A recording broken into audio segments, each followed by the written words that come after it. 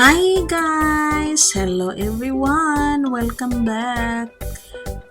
Welcome back to our channel guys! Ayan guys! Ito guys, nag-barbecue kami guys. At saka, ito palang gagawin guys para hindi masyadong madumi ang iyong grill guys. Ayan.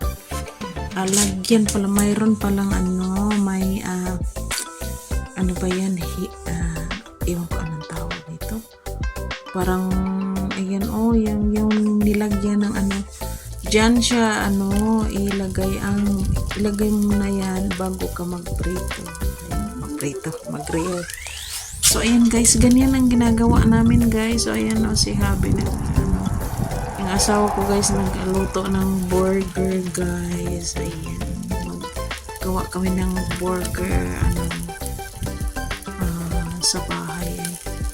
Nalimutan ko pala guys na maggawa ng french fries aside from burger. Oh my god. Yan, sa burger lang talaga. Ano ba yan? Nalimutan ko talaga tuloy. Ngayon lang ako guys na magluluto din sana ako ng french fries. Pero hindi na lang nagluluto kasi nalimutan ko. So anyway guys, so yan beef patties guys. Ayan, maluto na siya. Paluto na malapit na maluto guys. Kain na tayo. So ganyan lang guys, para hindi siya madumi ang grill mo guys. Lagyan lang ng lining palang tawag. Oh my god.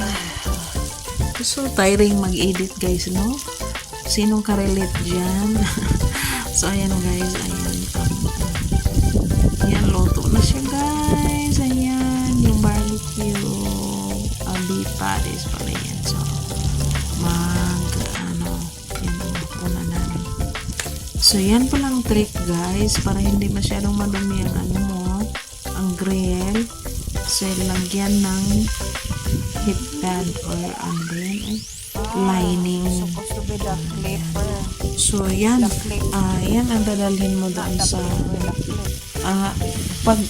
sa ako ang maglilinis niyan ay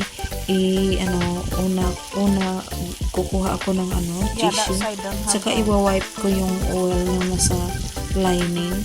At saka ko huhugasan ng lining guys. Kasi ayaw ko yung mga oil doon sa sink guys. Kasi pumunta doon sa at saka mag-plug yung sink niyo guys.